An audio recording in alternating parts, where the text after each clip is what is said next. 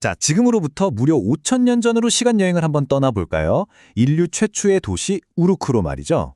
이번 여정에서는요, 위대한 왕이나 전쟁 영웅이 아니라 바로 평범한 한 사람의 눈을 통해서 고대 도시의 하루를 생생하게 따라가 보려고 합니다.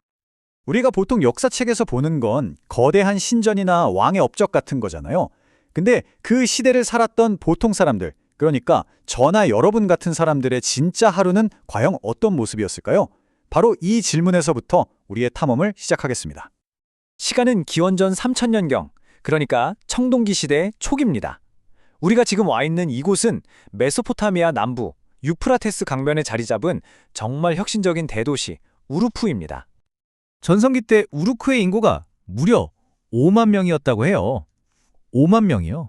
지금이야 큰 도시가 많지만 그 당시 지구상 그 어디에서도 찾아볼 수 없었던 정말 상상을 초월하는 규모의 거대 도시였던 거죠. 유프라테스 강 위로 붉은 해가 떠오르면서 우루크의 하루가 시작됩니다.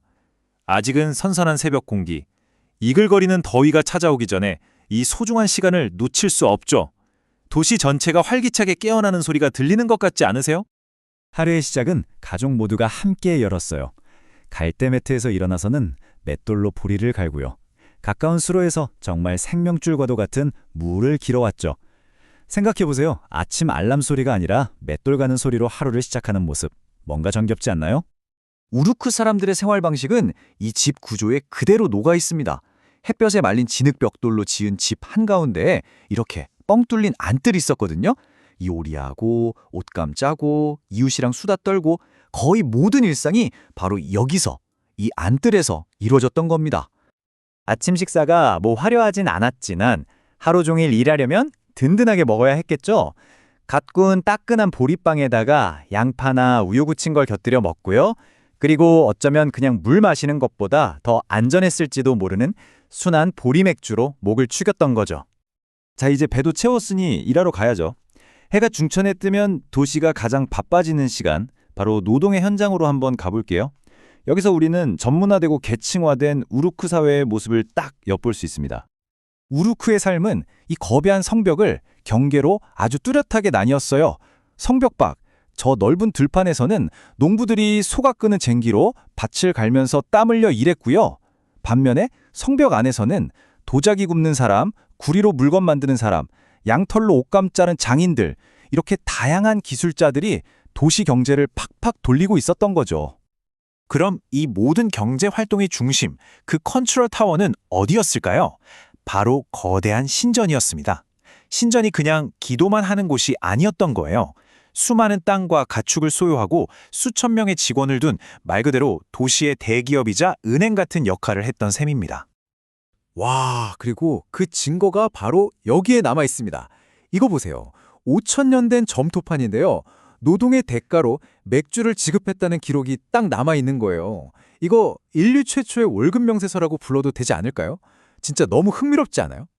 자, 이번엔 활기가 넘치는 도시의 심장부, 시장으로 한번 가보시죠. 와, 온갖 물건 파는 소리에 맛있는 냄새, 북적이는 사람들, 눈과 귀가 정말 즐거웠을 것 같아요. 물론 지금처럼 동전이나 지폐는 없었죠. 모든 거래는 물물 교환, 그러니까 물건 대 물건으로 이루어졌어요. 그럼 그 가치의 기준은 뭐였을까요? 바로 보리알이었고요. 좀 더 큰 거래를 할 때는 저울에 단 은이 오늘날의 현금처럼 쓰였던 겁니다. 시장은 그야말로 없는 게 없는 곳이었어요. 근처 강에서 잡은 생선이나 달콤한 대추야자 같은 지역 특산품은 기본이고요. 저 멀리 레바논에서 온 삼나무, 아나톨리아의 구리, 심지어 아프가니스탄에서 온 청금석까지, 이런 물건들 하나하나가 우루크가 얼마나 거대한 무역 네트워크의 중심이었는지를 보여주는 거죠. 어느새 해가 뉘엿뉘엿치고 고된 하루도 슬슬 마무리될 시간입니다. 이제 우루크 사회를 단단하게 지탱했던 두 개의 기둥, 바로 신에 대한 믿음과 가족의 이야기로 한번 넘어가 볼게요. 종교는 뭐랄까, 우루크 사람들한테는 공기 같은 거였어요. 아침에 일어나면 집안의 작은 제단에서 기도하고 신전에서는 웅장한 의식이 열리고 하루의 모든 순간순간이 신과 연결되어 있었던 거죠. 그 당시 사회의 가장 기본 단위는 바로 대가족이었습니다. 할아버지, 할머니부터 손주들까지 여러 세대가 한 지붕 아래 옹기종기 모여 살았죠.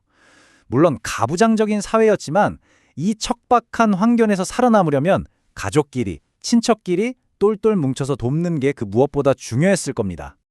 하루 일이 끝나면 가족들은 다시 안뜰에 모여들어요.